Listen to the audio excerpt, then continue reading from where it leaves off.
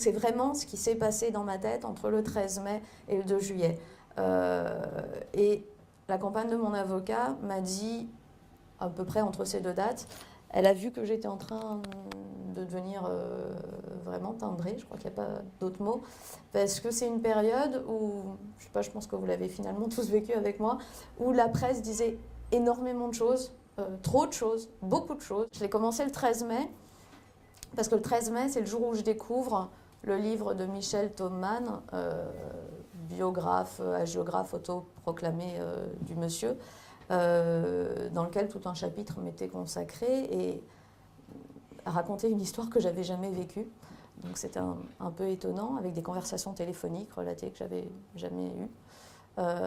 Donc ça a été le premier choc. Et 2 jours plus tard, il y a eu l'affaire du Sofitel.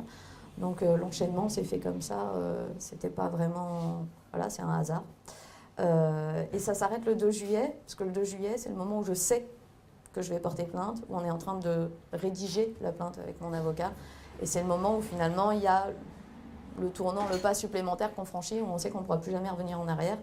Et je crois que c'est un pas qu'on franchit en se disant qu'est-ce qui est pire, l'inconnu qui t'attend en faisant ça, ou continuer comme ça. Et continuer comme ça, c'était juste plus possible du tout. C'est le seul endroit où quelque part est consignée l'intégralité de la vérité de cette période-là. En tout cas de la vérité de la mienne. Parce que soyons très clairs, vous ne trouverez pas ce qui s'est passé dans la suite 2806 dans mon livre. J'y étais pas, vous non plus. Donc voilà, j'ai mon intime conviction, mais j'y étais pas. En revanche, ce qui s'est vraiment passé et qui a fait que j'ai porté plainte aussi tard et à ce moment-là, la seule réponse, elle est dans ce livre. Et pourquoi elle n'est pas ailleurs? Parce que je pense vraiment que c'est un cheminement et qu'il faut 120 pages pour l'expliquer. Parce que quand les gens me disent encore aujourd'hui « mais pourquoi vous n'avez pas porté plainte plus tôt ?»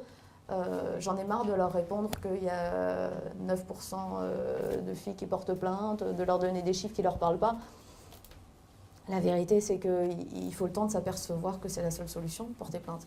Parce que le réflexe de survie premier, je pense, quand il nous arrive ce genre de choses, c'est au contraire, surtout de ne plus en parler, d'enterrer et de passer à autre chose et de faire comme si ça n'avait pas existé. Et on se dit, voilà, comme ça va aller beaucoup mieux.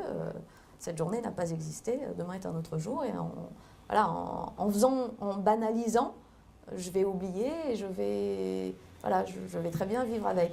Et il faut finalement, je pense, des années. Et je pense vraiment que c'est finalement pas que dans mon cas, puisque j'en parle avec des femmes et que je reçois des mails et que je réponds au courrier.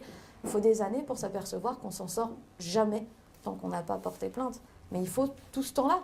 Il faut le temps de se rendre compte que ça n'a pas marché, notre technique de mettre ça de côté. Et je pense que c'est vraiment ce que j'ai essayé d'expliquer en partie dans ce livre, en plus de la violence médiatique, dont je pense finalement peu de gens se rendent compte, même moi en étant journaliste.